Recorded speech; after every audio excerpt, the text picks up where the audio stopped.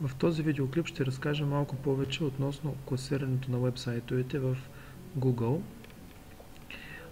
Както виждате, в тази картинка е очертан с червен цвят, са очертани с червен цвят платените резултати от Google.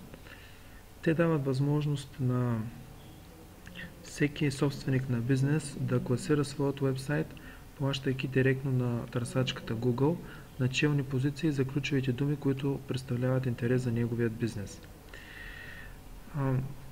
Сега ще покажем една снимка реално, например за мъжки сака.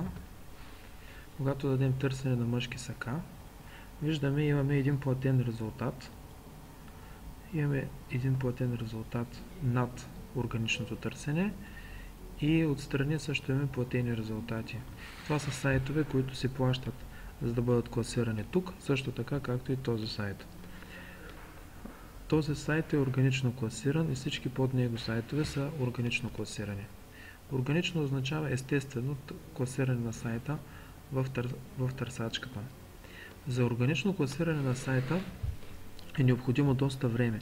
В повечето случаи от 6 месеца до 1 година, ако нишата е със средна конкуренция.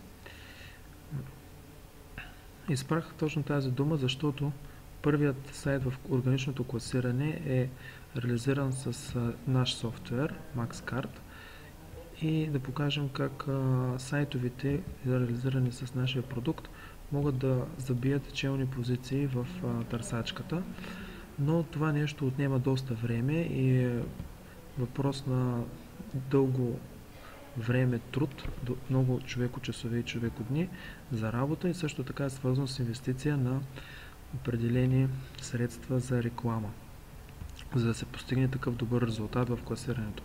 Ако собственика на бизнеса иска да класира сайта си веднага след неговото пускане на челна позиция, единственият начин за това е Google AdWords. Google AdWords е платформата, чрез която всеки собственик на бизнес може да позиционира на челна позиция своят вебсайт или онлайн магазин на ключовите думи, които представляват интерес за неговия бизнес.